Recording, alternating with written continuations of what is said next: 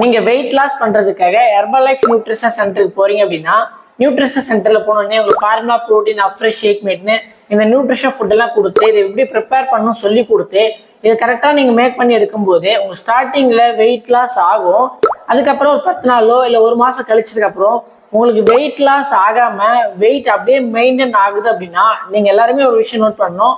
ஏன் அப்படின்னா ஒருவேளை ஷேக் சாப்பிடும்போது இதுல வெயிட் லாஸ் சில பேருக்கு மட்டும்தான் கிடைக்கும். அதுக்கப்புறம் ஒரு மாசமோ இல்லை 10 நாளுக்கு அப்புறம் பார்த்தீங்கன்னா வெயிட் லாஸ் ஆகாது. அதே வெயிட் அப்படியே மெயின்டைன் ஆகும்.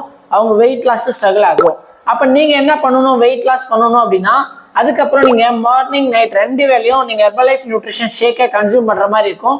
ஸோ அப்படி சாப்பிட்டுட்டு வரும்போது கரெக்டா ஈஸியா உங்களுக்கு வெயிட் லாஸ் ஆகும்.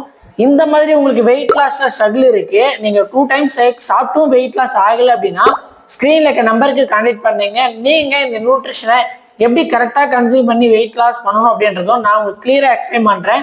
இல்லை ஹெர்பலைஃப் நியூட்ரிஷன்ல இருக்க இந்த ப்ராடக்ட்ஸ் பத்தி ஏதாவது டீட்டெயில் தெரிஞ்சுக்கணும் அப்படின்னாலும் நீங்க ஸ்கிரீன்ல இருக்க நம்பருக்கு தாராளமாக கான்டாக்ட் பண்ணலாம். நான் உங்களுக்கு ஹெல்ப் பண்றேன். Okay, thank you.